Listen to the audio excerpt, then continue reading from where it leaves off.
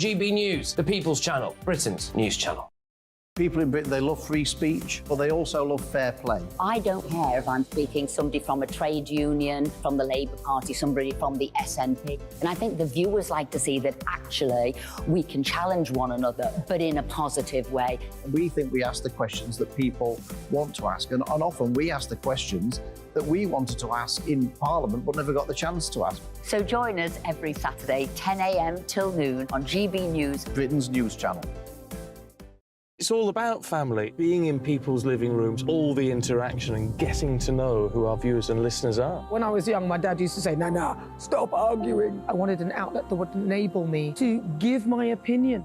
People are going through a really hard time right now, and I know that you don't feel like you're being listened to by the establishment. I came to GB News because it's the People's Channel, and I want the audience to have their say on the events of the day. We're dynamic. We do something different. Democracy shows that the wisdom of the nation is in its people.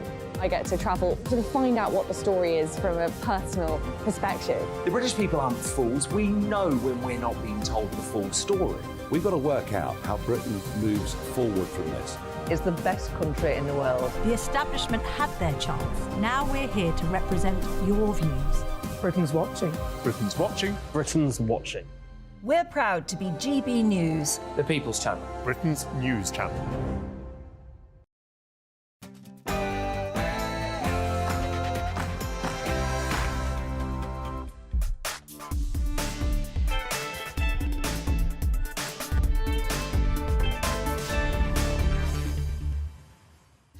Hello and welcome. This is Calvin's Common Sense Crusade with me, Emma Webb, on your TV, online and on your wireless. Today we will be discussing whether education is in crisis, the implications of Britain's declining birth rate, and we will be reflecting on the legacy of the philosopher Sir Roger Scruton and his relationship with the Church of England. And in the duel, my panellists will be discussing, is freedom of religion and conscience under threat in the UK? Take it away, Connor. Well, we're apparently allowed to celebrate pretty much every religion except the one that made Britain great, which is Christianity, and that's because Christianity is anathema to the progressive cult of self-worship. And what about you, Michael? Well, I think it's a ridiculous proposition. I think there's more religious and freedom of conscience than ever. I mean, I remember a time when there was significant bigotry between Catholics and Protestants in Northern Ireland and in Scotland, and there was significant anti-Semitism. But before all of that, it's the news with Rory Smith.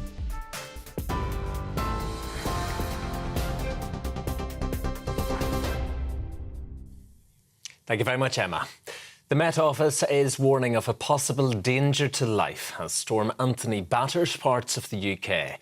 A yellow warning for unseasonably windy weather is in place for southern parts of the UK. That runs until 8 o'clock tonight.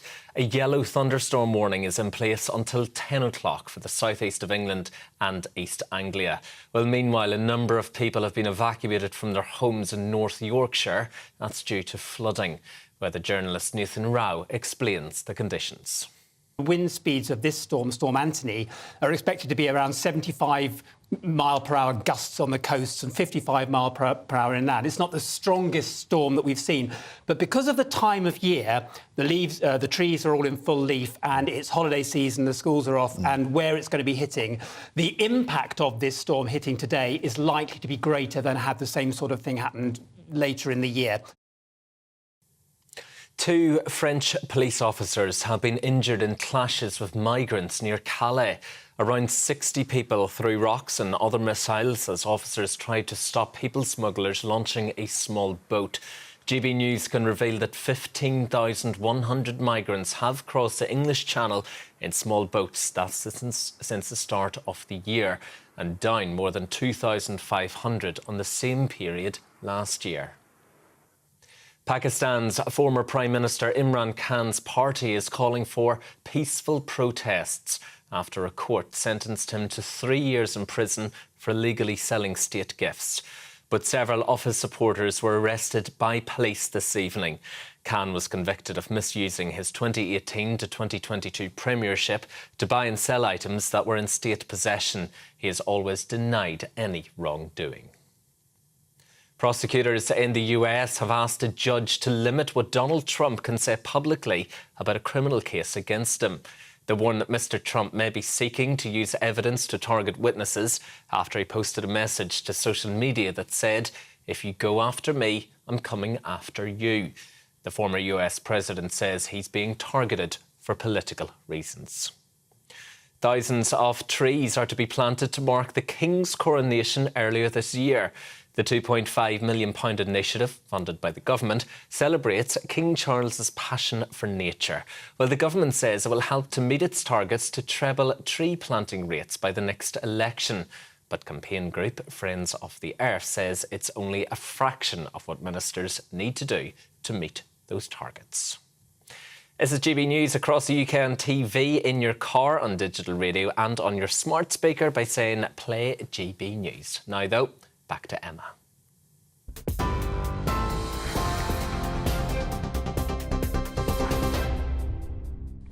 It can be hard being a Christian in modern Britain.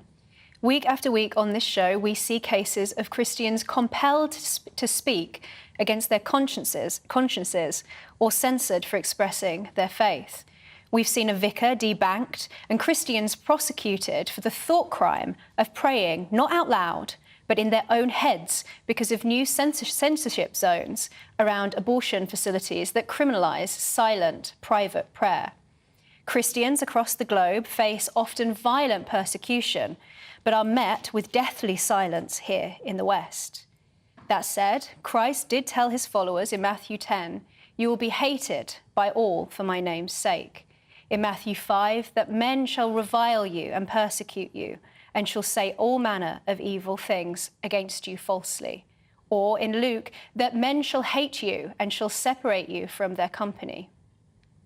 The Church of England's leadership seems to be running arms open wide to embrace any and all fashionable ideas and ideologies with no consideration for preserving their own inheritance, the truth, or protecting traditional believers. In fact, under their leadership, it's seeming less and less like a church at all. As Reverend Daniel French pointed out yesterday on Twitter, the church advertised themselves like a quasi-undertakers talking about last goodbyes instead of the life eternal and the resurrection of the dead. French calls it theological nonsense, but that seems to be the modus operandi of whoever is doing their PR. A brief segue. Let's take a look at news from Winchester this week, from that great ancient cathedral city. The Old Minster there was erected in 648 AD. Alfred the Great named it the capital of the ancient kingdom of Wessex, and in many ways it could be said to be the birthplace of England, born of Alfred's imagination and resolve. But it's 2023, and this week it was reported that the Lib Dem-run Winchester City Council has imposed a 710% hike on Sunday parking charges, all part of reaching net zero. Fees for Sunday, now for 4 hours, have risen from £2 to £17. Air quality doesn't care which day of the week it is, they said. Some are concerned that the elderly won't be able to afford to pray. One gentleman compared it to the Soviet Politburo, saying they implement any scheme they wish and appear accountable to nobody. Winchester Cathedral so far hasn't commented, but I think it's fair to say that Winchester City Council will find plenty of allies among the bishops. Not too long ago, Synod discussed the potential of human composting, as disgusting as that sounds, as a low-carbon alternative to burial and cremation. Extinction Rebellion, who we've seen parading through Bristol Cathedral, seem to be more welcome than traditionally minded Christians. Like Coutts Bank, who recently debanked Nigel Farage, the Church of England are signed up to the UN's principles for responsible investment. And the Church, the Church commissioners, like Coutts, who handle the Church's investment portfolio, are, to quote their website, committed to incorporating environmental, social and governance issues into our approach to investment. That is ESG. Now, we'll come back to this a little bit later in the show, but for now, that E seems to be widely understood as anything to do with reaching net zero, while the S has everything to do with implementing equality, diversity and inclusion policies, understood through the filter of critical race theory, or as has come to be known outside of academia, wokeness. In Matthew 6, Christ says, "No one can serve two masters. Either you will hate one and love the other, or you will be devoted to the one and despise the other." I am beginning to wonder whether the Church of England is struggling with its allegiance. Either it can choose the dominant political philosophy of the day and all that entails, or it can have the gospel and defend the faith. But it can't have both.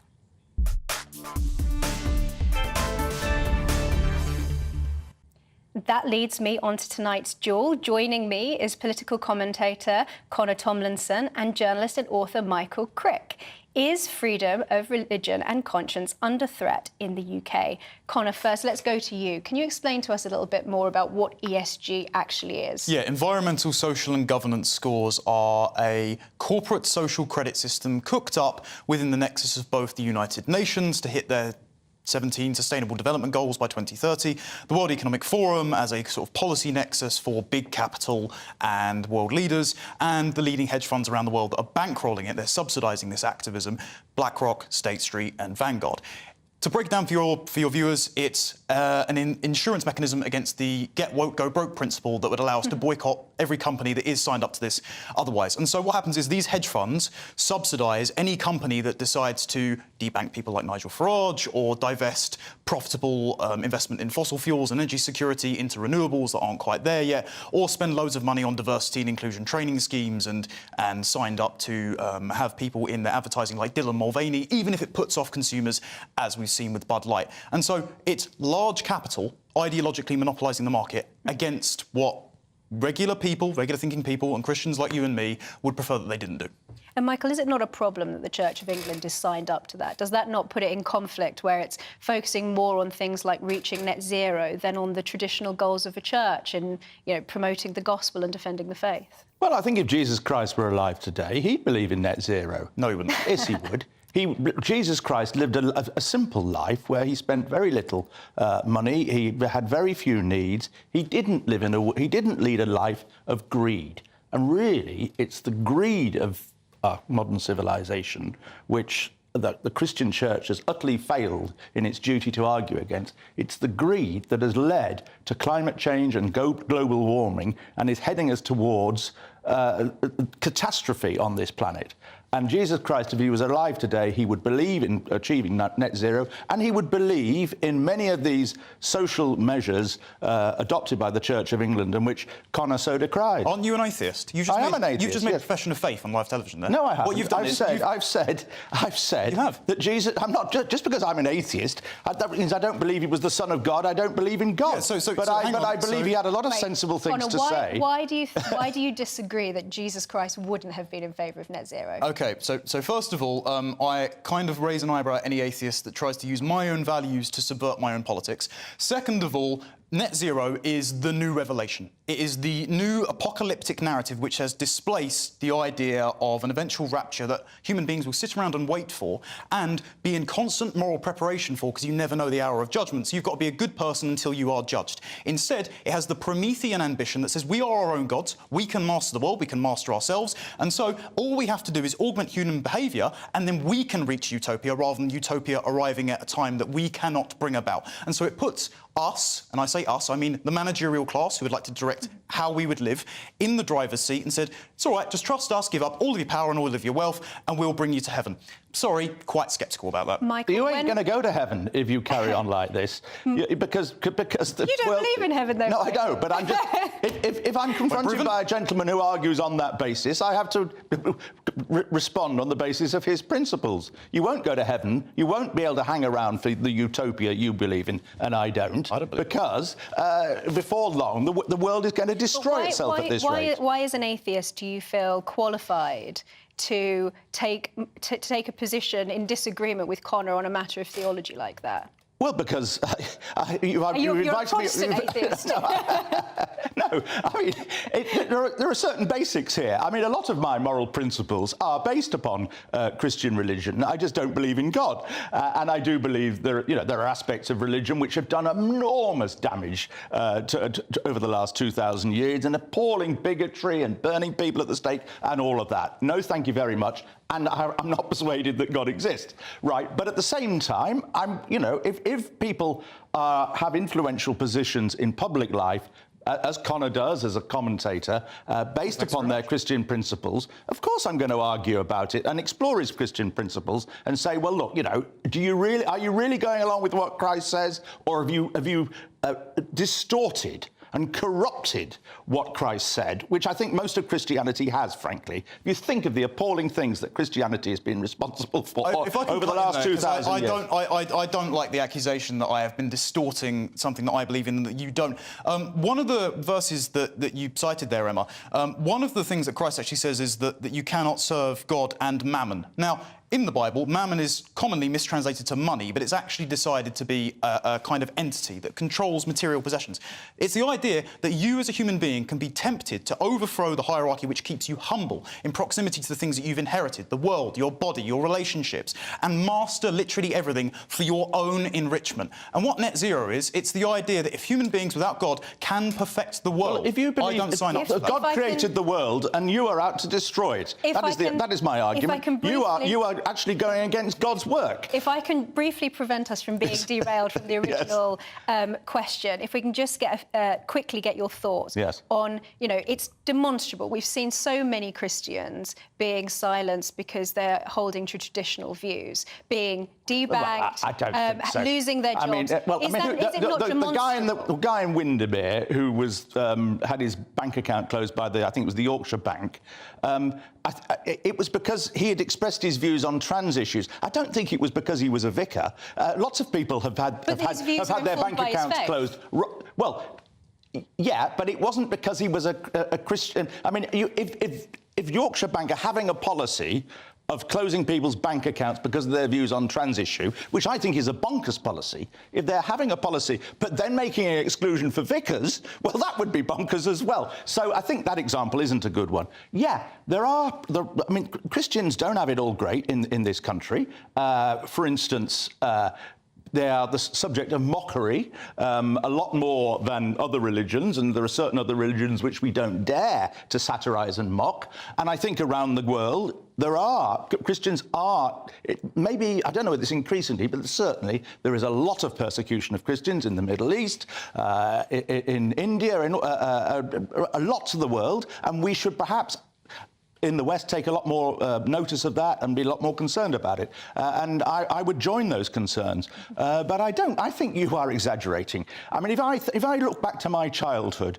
and how difficult it was to grow up in an atheist and humanist family in the villages we lived in, which were predominantly Christian, I felt very uncomfortable in those circumstances. The world isn't like that now. I want to give Connor the final thought. Why is Christianity fair game, and is this an exaggeration? It's because Christianity is the only bulwark against the ideology of progressivism, which says we are our own masters and we can perfect ourselves. Well, there's the arrogance, you see. It's not arrogance. You've had your turn. Hang on a minute. Connor gets the final, Hold on a second. Thought. And this is endorsed by, we come back to the UN. Recently, they voted on a resolution after the protests in Sweden that says that government should institute blasphemy laws to prevent them offending Muslims. The UK actually voted against it. But as we've seen, as you referenced, with the abortion buffer zones, we do have de facto blasphemy laws in this country, and they only cut towards Christianity.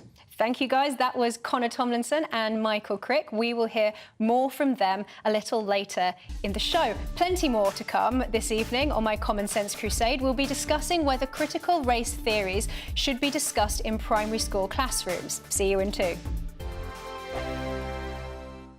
What you get for breakfast is something that, if we do our jobs right, you will wake up to news that you didn't know the night before. It's a conversation. It's not just me and Eamon. We want to get to know you, and we want you to get to know us.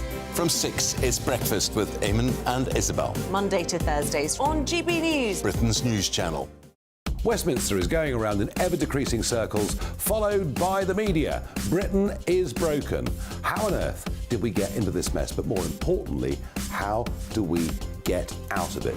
Join me at 7 p.m, Mondays to Thursdays on Farage, here on GB News. We will have open, rational debate. We've got to work out how Britain moves forward from this. Join us here on GB News, the People's Channel. Britain is watching. When the news happens, it happens here. And really important breaking news. Breaking news this morning. On TV, radio and online, the news starts here on Britain's Newsroom. All the biggest stories and the answers that you need from across the UK and beyond. Join Britain's Newsroom from 9:30 on GB News. The People's Channel, Britain's news channel. Join me, Patrick Christie's, Monday to Friday, 3 till 6. We tackle the day's news agenda like you've never seen before. It's high tempo, high octane, the most controversial topics and the best guests. You will not be able to take your eyes and ears off it. I'm not afraid to ask the questions that you really want answered. 3 till 6 p.m, Monday to Friday on GB News, the People's Channel, Britain's news channel. People in Britain, they love free speech, but they also love fair play. I don't care if I'm speaking somebody from a trade union, from the Labour Party, somebody from the SNP. And I think the viewers like to see that actually we can challenge one another, but in a positive way. We think we ask the questions that people want to ask, and often we ask the questions that we wanted to ask in Parliament but never got the chance to ask. So join us every Saturday, 10 a.m. till noon on GB News, Britain's news channel. It's all about family, being in people's living rooms, all the interaction and getting to know who our viewers and listeners are. When I was young, my dad used to say, "Nana, stop arguing." I wanted an outlet that would enable me to give my opinion. People are going through a really hard time right now, and I know that you don't feel like you're being listened to by the establishment. I came to GB News because it's the People's Channel and I want the audience to have their say on the events of the day. We're dynamic. We do something different. Democracy shows that the wisdom of the nation is in its people. I get to travel to find out what the story is from a personal perspective. The British people aren't fools. We know when we're not being told the full story.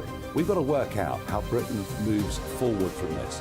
It's the best country in the world. The establishment had their chance. Now we're here to represent your views.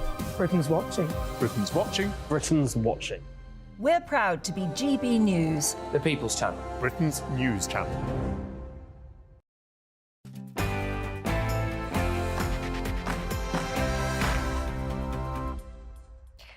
Welcome back to Calvin's Common Sense Crusade with me, Emma Webb, on your TV, online and on your wireless. Thousands of primary schools in Britain are teaching controversial theories about race to children. Primary school students are being taught using American-style lessons and resources on white privilege, grounded in controversial critical race theory.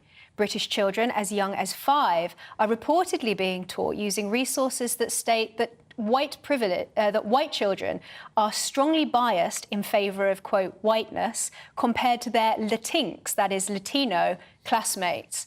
Alongside advice to decolonise their schools, teachers are also being warned that pupils might get defensive if they are poor, gay or female, this doesn't erase, this is a quote, that this doesn't erase their white identity. Meanwhile, this week, the government refused to say whether teachers can refer to pupils by their legal and biological gender. Baroness Barron, Parliamentary Under-Secretary of State for Education, said gender was a complex issue and that the department would issue guidance at some point.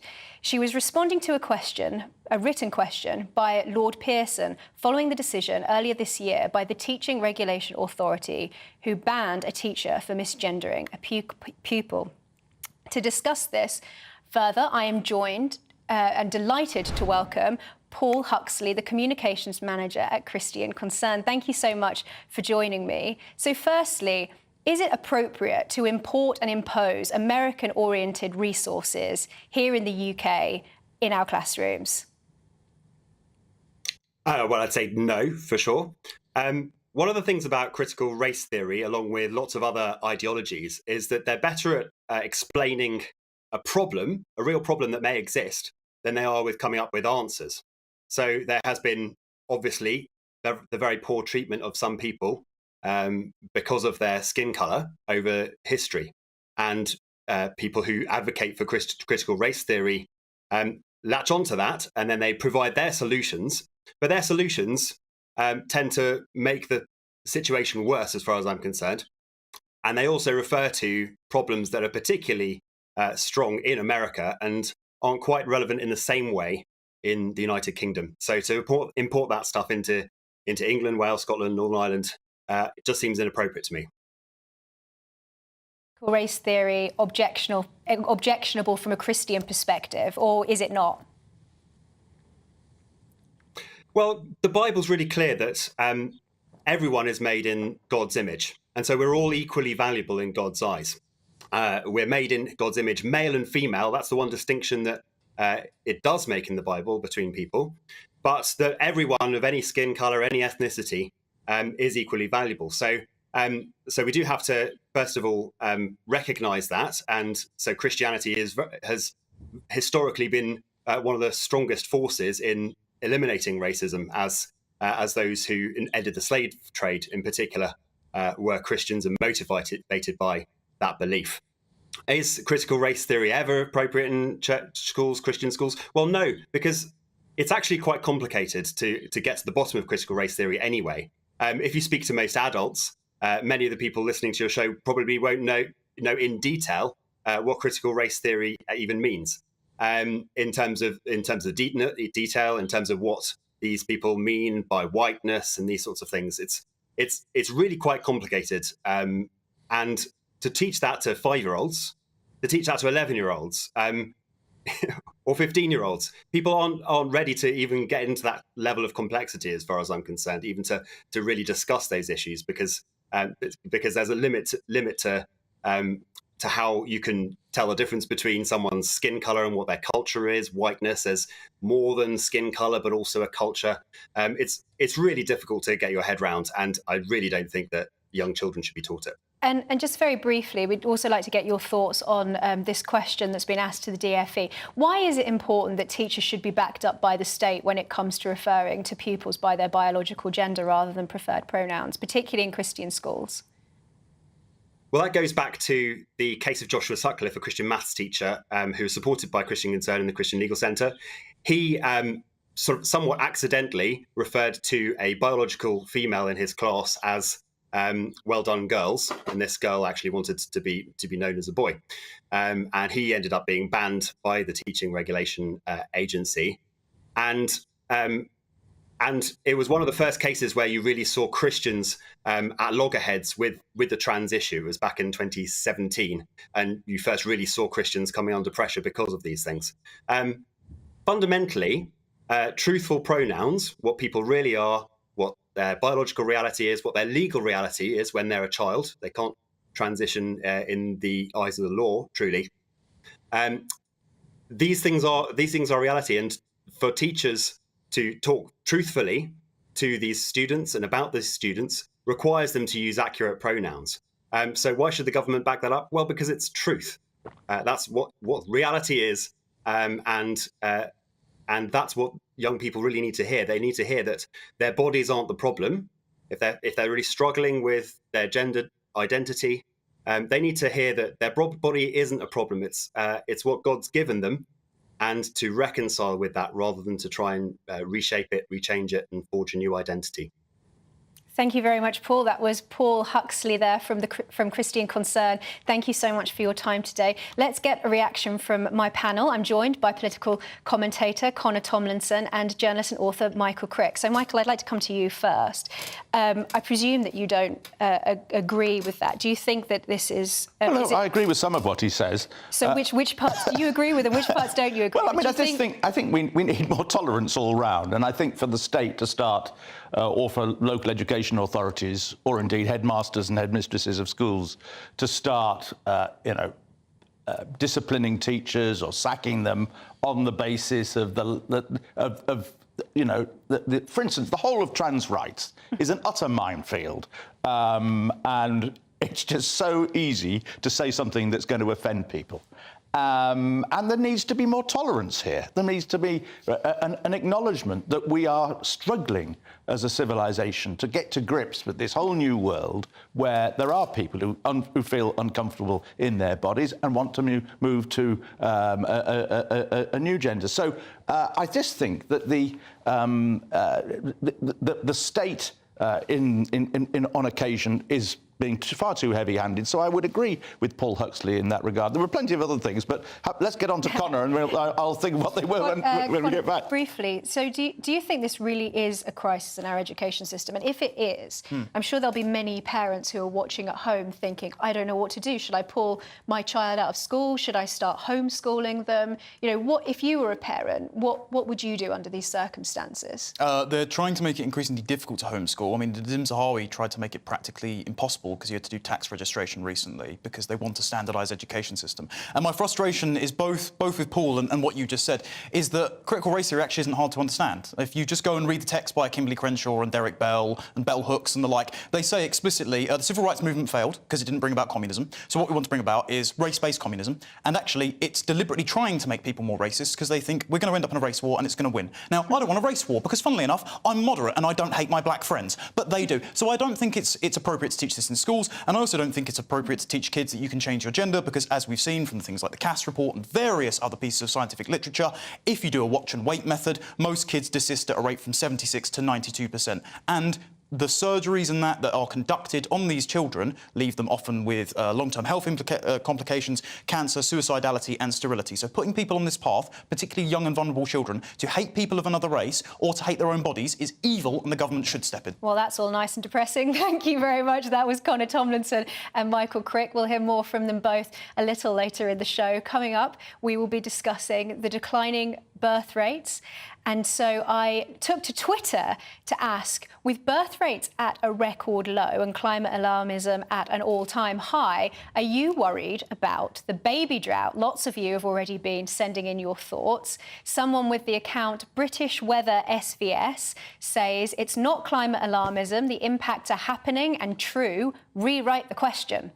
Elliot says, not even remotely no. Lower birth rates are a natural consequence of advanced birth control techniques, allowing people to be more responsible about when they have children and how many they have. This is normal. Violet says, I wouldn't have kids now. This country is unrecognisable and not for the better. Why on earth would anyone want to bring a child into it? Interesting. And Dawud says, completely in disagreement with everybody else, we need a baby boom. I agree with you, Dawud. So thank you all for sending in your views. We will bring you the results of that poll a little later in the show. More is still to come, but first, it's the weather. A brighter outlook with Boxed Solar. Proud sponsors of weather on GB News. Good evening, my name's Rachel Ayres and welcome to your latest GB News weather forecast brought to you by the Met Office. So it's been quite a wet, windy and unsettled day across the UK, and that's been due to Storm Anthony. That's going to move away to the southeast though as we go through this evening to allow for some lighter winds to move in from the west. But we could still see a bit more in the way of cloud, rain and some thunderstorms clinging into the southeast for a while. Also some blustery conditions here. Elsewhere, things drying up, though we could still see some showers for western coasts, and there will be some clear spells around, so in rural areas, temperatures might just drop into the single figures. This will mean it'll be a generally brighter, drier and calmer start to the second half of the weekend, though still some blustery conditions, cloud and rain across East Anglia at first. Cloud and showers soon bubbling up elsewhere, and they could be heavy across Scotland, Northern England, and a chance of a thunderstorm for Northern Ireland, but generally feeling much more pleasant with those temperatures just creeping into the low 20s in the south. After another chilly night, though, on Sunday, it will be a bright start to the new week with plenty of sunshine around. Some showers soon starting to bubble up, but these will be less frequent and lighter in nature than what we're expecting for Sunday. But as we look towards midweek, it does look like things will settle down and become a bit drier, with those temperatures on the rise too. A brighter outlook with Boxed Solar. Proud sponsors of weather on GB News. Plenty more to come this evening, with birth rates at a record low and climate alarmism at an all-time high.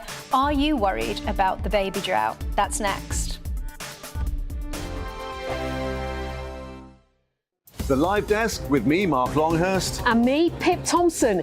It's here Monday to Friday on GB News. From midday, we'll bring you the news as it breaks, whenever it's happening, and wherever it's happening, from across the UK and around the world. Refreshing, feisty, but with a bit of fun too. If it matters to you, we'll have it covered on TV, radio and online. Join the live desk on GB News, the People's Channel, Britain's news channel.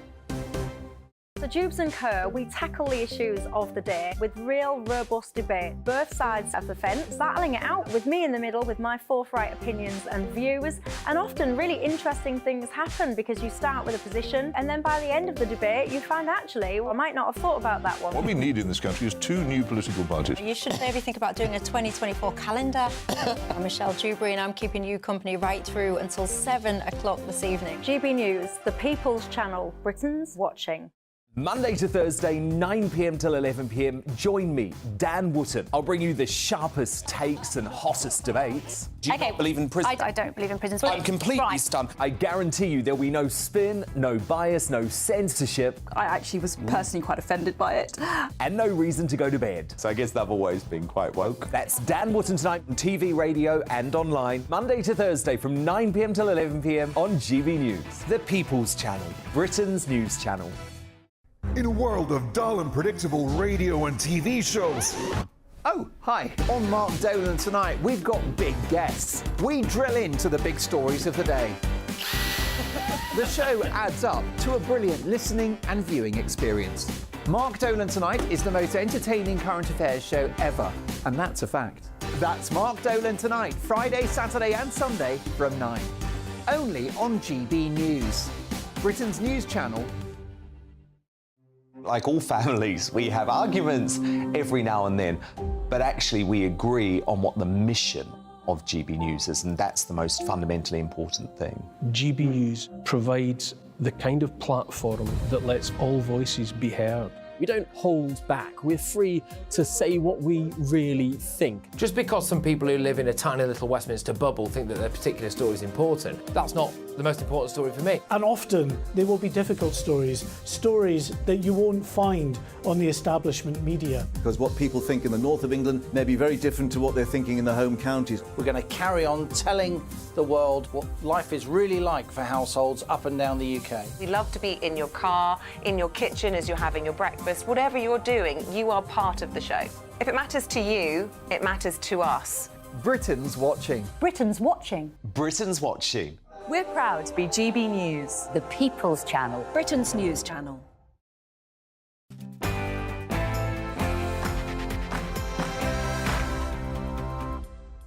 Welcome back to Calvin's Common Sense Crusade with me, Emma Webb, on your TV, online and on your wireless. According to a recent survey, more than a third of young people are put off having children because of pressures on their finances, worries about the state of the world, not least climate change. 38% of 18 to 34-year-olds have, quote, fears about the state of the world, and 35% are concerned about the impact of the on the environment.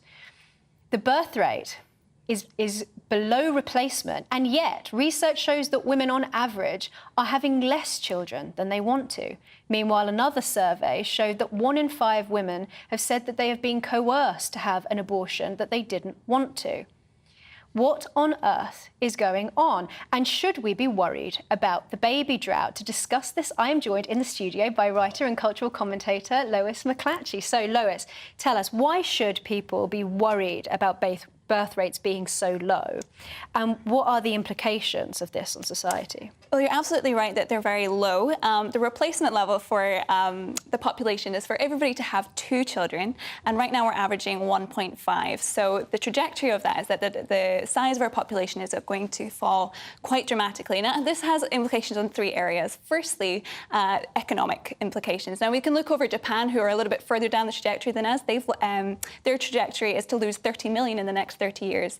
Their economy is very stagnant because of that. So we can look at those implications and ask why. Well, that leads on to the second reason why this has such a severe implication.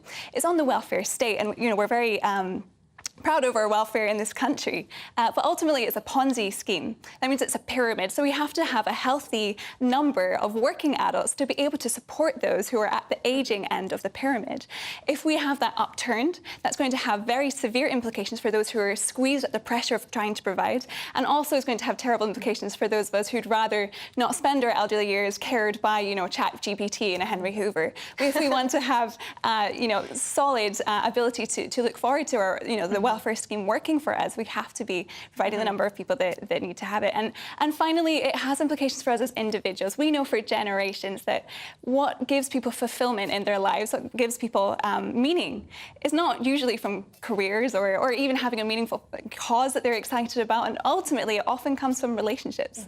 And I am concerned about the number of people saying that they are so crippled with fear about the climate that they are not having children, because that means that not only are we introducing further anxiety into our population, but we're then saying that they can't even have families, which we know is one of the number one ways to reduce anxiety and to bring stability into our lives. So it is a very concerning trend. And we've seen recently, so the Barbie film has been this huge phenomenon, and there's a clip, and I think we have the clip from that, with these children sort of smashing up their baby dolls and turning to the girl boss Barbie instead. So I've been quite surprised, actually, and we'll come to the poll results later in the show, but it seems that actually people are not really in agreement with you and I on this baby drought subject.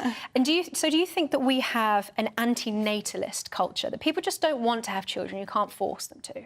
I'm glad you brought up Barbie. Actually, I just wrote about this today in the European Conservative, and I think Barbie, the movie, if people have seen it, it's a really good reflection on where we're at with championing this idea of having the girl boss, having, is it that we want women to grow up and say, you know what, I don't need a man at all, I don't need children, that is my fulfillment, is entirely from my career, or have we gone a little bit astray?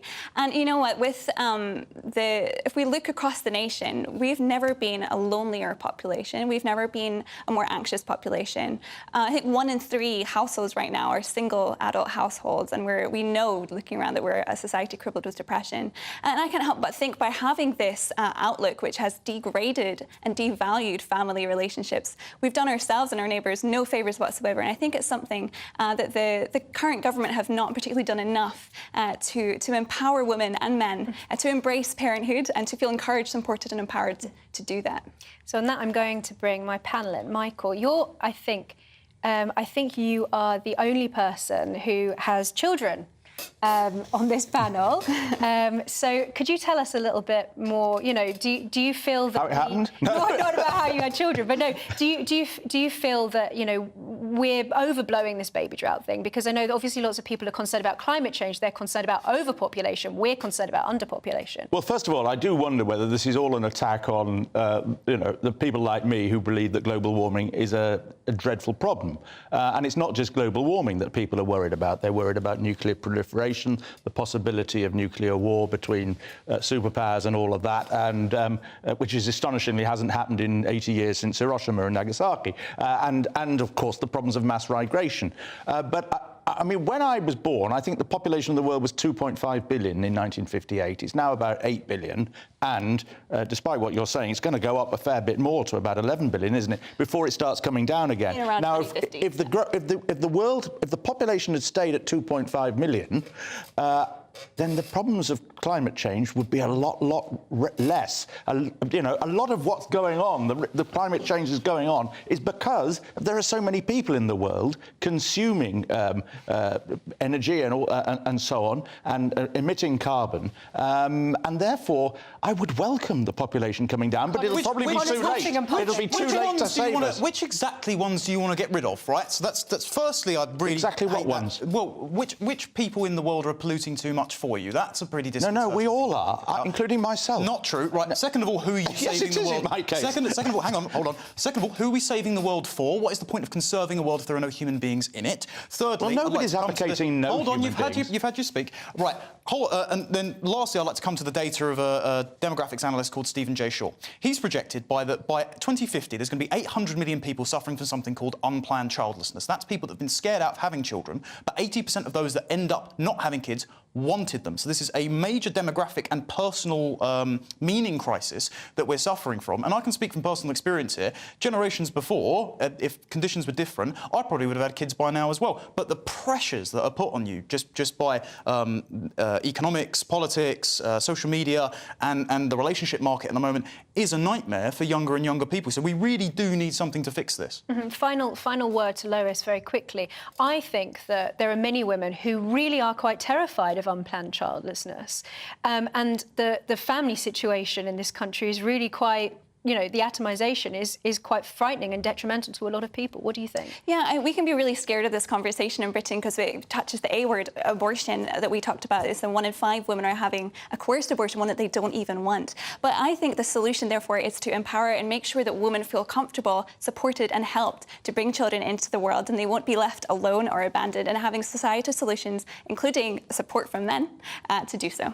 That was Lois McClatchy-Miller. Thanks so much for your time today. And thank you also to Connor Tomlinson and Michael Crick.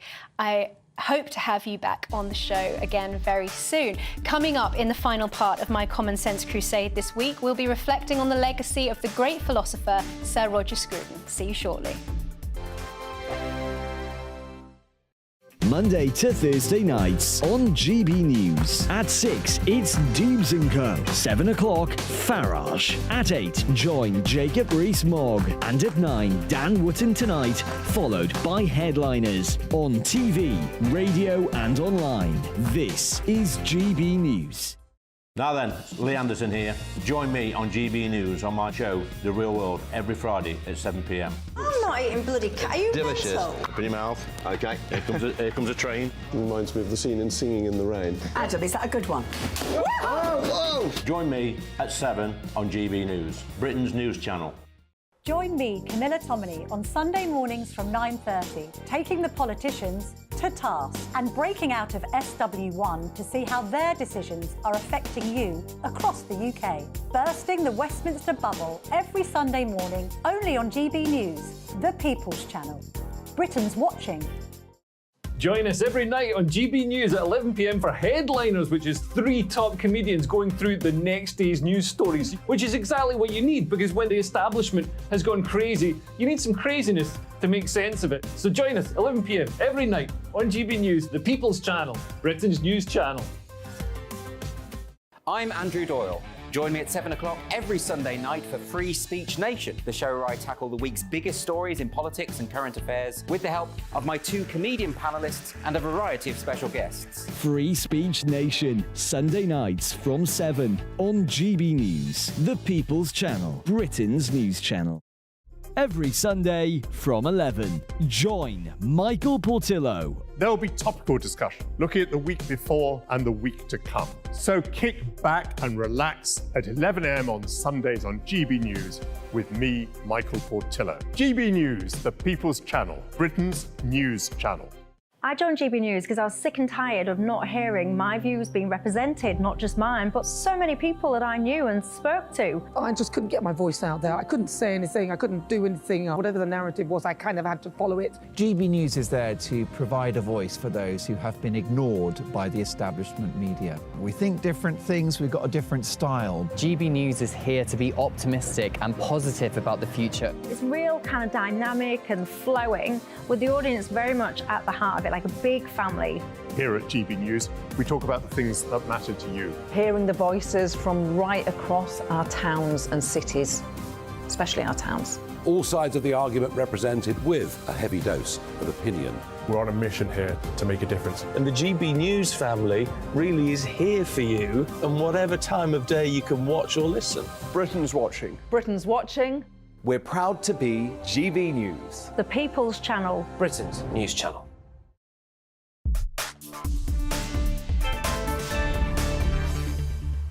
Welcome back to Calvin's Common Sense Crusade with me, Emma Webb, on TV, online and on your wireless. Now to the result of our Twitter poll. With birth rates at a record low and climate alarmism at an all-time high, are you worried about the baby drought? Now, I'm surprised by these results. 34% say yes and 66% say no. So actually, the audience and I are not fully in agreement on this one because I am very concerned about it. So lots of you have been sending in your thoughts on the topics that we've been discussing today. George says, Jesus is alive today and he would say again, my kingdom is not of this world. He was concerned about souls, not climate. Christine says, I'm worried about the terrible number of abortions. This is part of the cause, not This is part of the cause, not genuine birth control.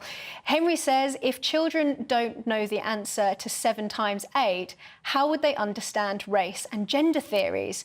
Thank you all so much for sending in your views. Now, Sir Roger Scruton sits alongside the likes of Descartes, Kant and Edmund Burke as one of history's great philosophers. He is regarded as the most important conservative thinker of his generation. He published more than 40 books of unparalleled breadth and depth in religion, philosophy, aesthetics, politics, music, hunting and even wine. His work in keeping the flame of civilization burning behind the Iron Curtain during the Cold War has left such an indelible impression on the country of Hungary that it even has a cafe chain named in his honour. Scruton passed away in January 2020, just weeks before the world was brought to a standstill by the pandemic. And I'm sure that I'm not alone in wondering what he would have made of the cultural revolution that followed. His work continues through the Roger Scruton Legacy Foundation. The founder and executive director of that foundation joins me now from the United States, Fisher Dardarian. Thank you so much for joining us today. So let's begin by telling our audience who may not know very much about Roger, just a potted history of his biography. Where did he come from? You know, he's a working class guy, and ended up being one of the greatest minds of his generation. Yeah. Well, first, I just want to say thank you so much for having me, Emma. It's a pleasure to join you in the studio and get to talk about the wonderful work of the Roger Scruton Legacy Foundation. So Sir Roger was born, as you said, in a working-class family, I believe, in 1944, and grew up in High Wycombe. So he very much so grew up in that place, in that era. And as he started going through school, realized he had some skills in his academic studies, and ended up getting to go to grammar school and won a scholarship to go to Cambridge. At Jesus College, where he studied and actually started out in natural sciences, and I think within the first day decided he liked moral sciences quite better, so switched his major, or what he was reading, and just had a fascinating life from which he then goes and as he's going through his studies, spends some time in Paris, and this is one of the points and stories he always loves to tell about his conservative turn. Before, he had some questions. He agreed with his father, who was very much so a working-class man and proud of his background. But it was the revolutionary activity of the 1960s that really got him going. So he was in May 1968, is in Paris, looking down from an attic apartment that he was borrowing from a friend. He always describes this in a lot of his interviews, but looks down on the street and sees the revolutionaries, those that were, fighting for the proletariat, at least in their words and what they presented. But what it really was the bourgeoisie attacking the proletariat. The only real proletariats on the street, as he would say, were the policemen, trying to defend the place. And then otherwise, all these young middle-class students were pulling cobblestones out of the street, throwing them through windows, overturning cars of all the people that they were supposedly for. And his line is always, he looks down and he says, well, whatever they're for, I'm against. And he spent the rest of his life trying to figure out what exactly that was. So one of the other things he was against was the Soviet Union, and he was very involved in going behind the Iron Curtain to countries like what is now Hungary, Czechia and Poland, and teaching lectures to make sure that the flame of civilization kept burning there. Right. So in 1979, I believe, he gets invited out to give his first lecture and isn't sure what they're going to want to talk about, so he prepares something on Wittgenstein and the private language argument. And he just realizes they're just so excited to have people from the West come over. And it's this very kind of tense meeting. It's really very much so a secret activity that at any moment, police can break in. And so over the course of the next 10 years, he begins to create institutions and organizations, one in Czechoslovakia, one in Poland. He supports another that pops up in Romania, and through his larger network that he's supporting. And they create this underground university in which they're smuggling in resources, they're bringing in samizdat publications, they're smuggling books, smuggling out essays and articles and different things, and even goes so far as to set up a degree awarding program through the Faculty of Divinity at the University of Cambridge. And I think they actually awarded 3 or 4 degrees through this program, and quite difficult too, as they had to have formal lectures, figure out how they could grade papers and so on and so forth, and take them back and forth. But what was most fascinating is in 1985, he's giving a lecture, and he says he more or less knew this was his last trip, but he's giving a lecture in one of these secret meetings, and the police come in and seize him, throw him down the stairs, rough him up a good bit, and essentially take him to the border. And Barbara Day, in her book, The Velvet Philosopher, describes this scene quite beautifully, or interestingly at least. But they take him to the border, and they just point out into Austria and say leave and never return. And the description is, well, there's this kind of frumpy Englishman just wandering off with his leather bag on his shoulder, and not returning until 1989 when the wall fell. So you're, through the foundation, you're continuing that legacy. So can you tell us a bit more about, what the work of the foundation is? I know recently I came to see a performance of Roger's opera Anna. Right. You've been doing a series of seminars at Oxford. Tell us a little bit more about how you're continuing his legacy. Right. So the idea, of course, as you might guess by the name, the Roger Scruton Legacy Foundation, is to continue his legacy and to really establish it through the conservation, care, and continuation of humane wisdom and culture. And what this looks like is hosting lectures, hosting performances, hosting seminars and conferences. Like you said, we just hosted the concert premiere for the opera that he'd written the libretto to that was set to music by David Matthews. And we just did this last week in Oxford Seminar, where we had 21 undergraduate students from around the West come together for 5 days and go through lectures and experiences, get to go out to Sir Roger's farm and really have that wonderful experience.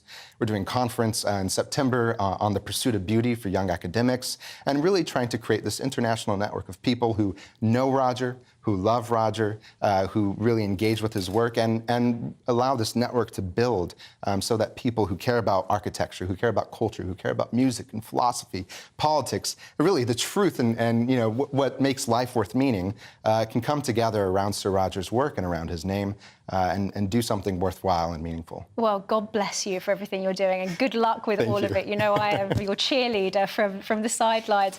So that was Fisher Dadarian. Thank you so much for joining us from the Roger Scruton Legacy Foundation. Thanks for your time today. Each week on this show, we like to end with our closing prayer. This week, we will hear from Jack, who attends LVS Ascot School.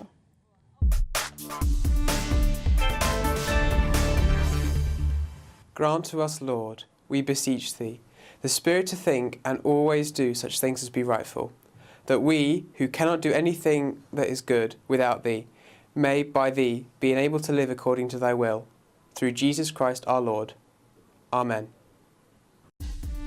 Thank you, Jack. You have been watching Calvin's Common Sense Crusade with me, Emma Webb. I'll be back next Saturday at 7 p.m. Deus Volt. That warm feeling inside. From Boxed Boilers, proud sponsors of weather on GB News. Good evening, my name's Rachel Ayres and welcome to your latest GB News weather forecast brought to you by the Met Office.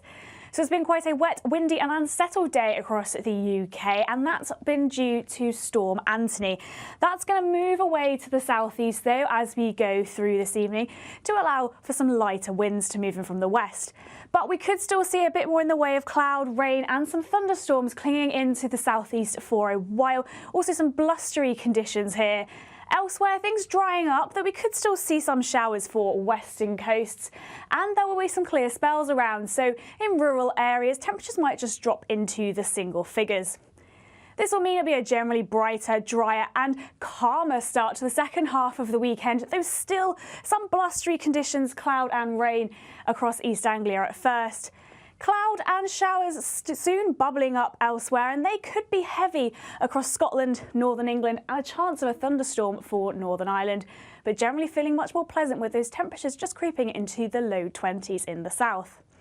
After another chilly night, though, on Sunday, it will be a bright start to the new week with plenty of sunshine around. Some showers soon starting to bubble up, but these will be less frequent and lighter in nature than what we're expecting for Sunday. But as we look towards midweek, it does look like things will settle down and become a bit drier, with those temperatures on the rise too. That warm feeling inside. From Boxed Boilers, proud sponsors of weather on GB News.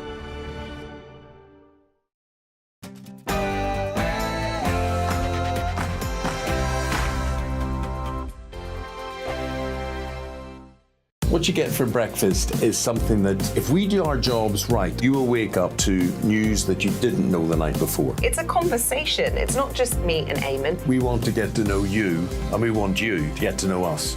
From 6, it's Breakfast with Eamon and Isabel. Monday to Thursdays on GB News, Britain's news channel.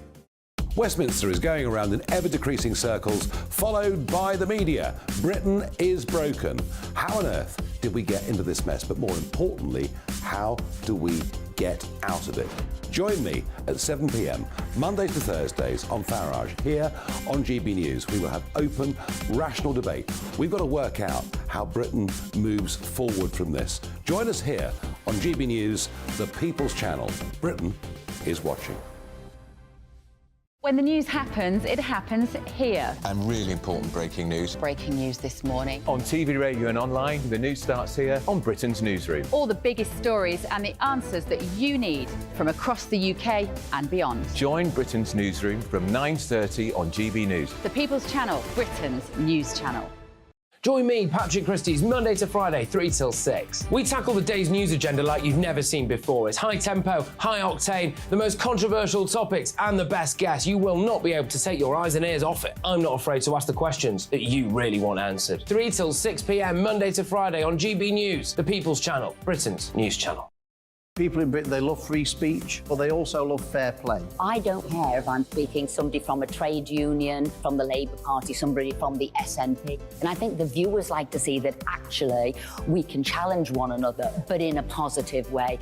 We think we ask the questions that people want to ask, and often we ask the questions that we wanted to ask in Parliament but never got the chance to ask. So join us every Saturday, 10 a.m. till noon on GB News, Britain's news channel. It's all about family, being in people's living rooms.